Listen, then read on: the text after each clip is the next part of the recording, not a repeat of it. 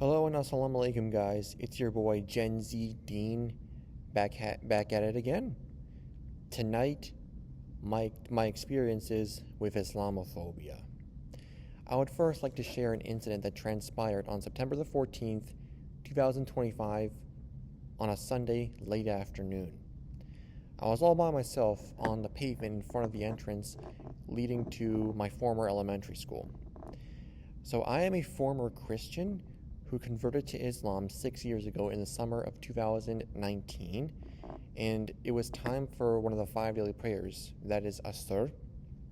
And so I stopped, said the takbir, folded my arms together, silently recited Surah Al-Fatiha, another Quran verse, and bent down, prostrate, sat up, back down, and repeated this process 4 times, which are otherwise known as rakats. Then, in the middle of the prayer, a teacher, her husband, and her elementary-aged daughter came out of the school and back to their car. What she does is she yanks out her phone, and as it turns out, took a picture of me doing it. She then proceeded to report me to not just administration, but also the police. The next day on Monday, my mother called me as soon as I woke up from my sleep in my college dorm. She told me that before I woke up, the police came to our house in person to tell her about what I did. She called me in an angry tone and shouted at me over it. This incident shook me up. I then proceeded to email first the principal of the school, and then he forwarded my email to the superintendent, and he sympathized with me and said that he wanted to assure me that the district does not in any way condone practices that discriminate against any student, staff member, parent, guardian, or even passerby, and acknowledged that the incident was upsetting for me. That made me feel at least a little bit better that a non-Muslim was willing to validate my experience. There's that. I have also been threatened online, received doxing and racist comments, told to move to the Middle East, even though, guess what, I'm not Arab, I'm a convert to Islam, not all Arabs are Muslim, I'm not even from there, so ha.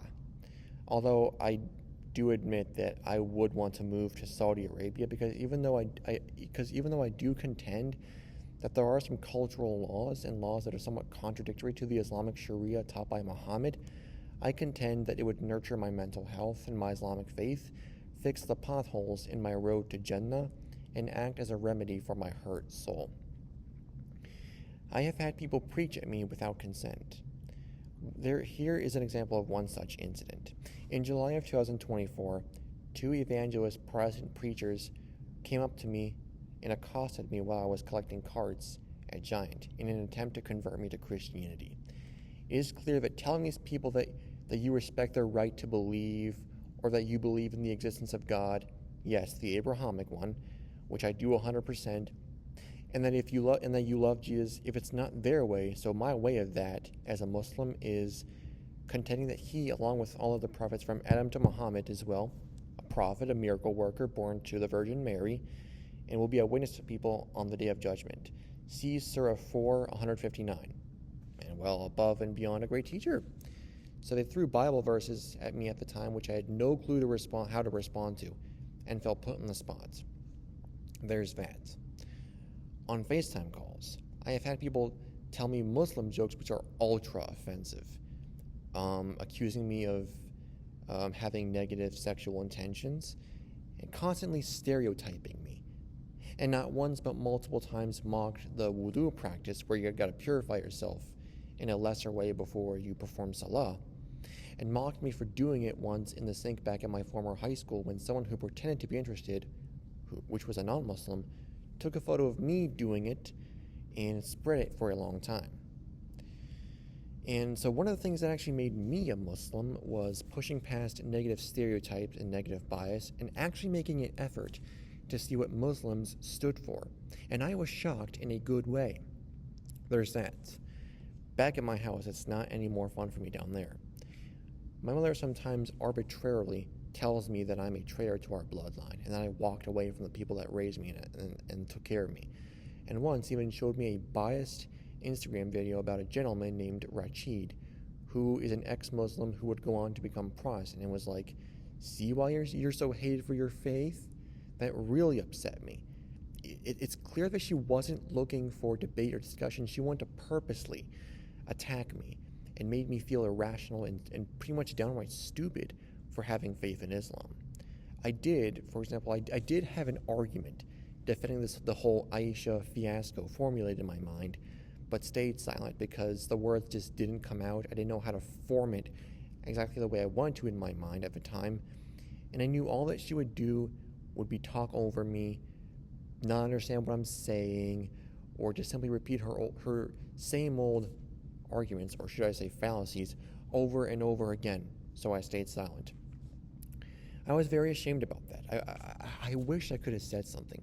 I have always been very big on debates and apologetics, and debated an atheist about the existence of God way back when, and again, defending the existence of God and the reliability of Islam and its morality is something I've always wanted to do.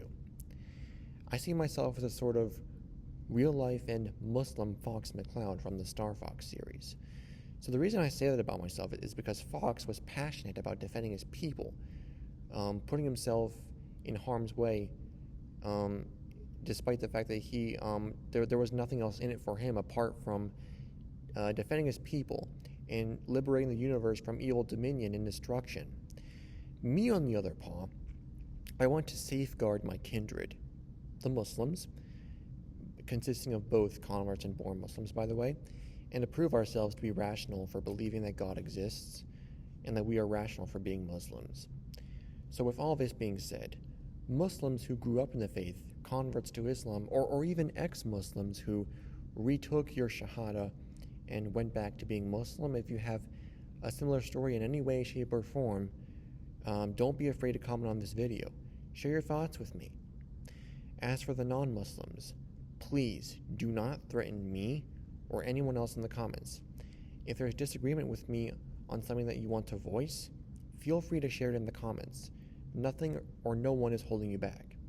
If you ever want to meet me on Zoom or StreamYard, or even want to go live with me, you can comment what you want to talk about with me. We can set up a date and time for it. We can exchange emails, and from there, we can work something out. Anyways, that's all for now, folks. If you loved this, show that like button and subscribe button no mercy, and tell me what you want to see me do next. Alright? GenZ Deen signing off. Goodbye, people.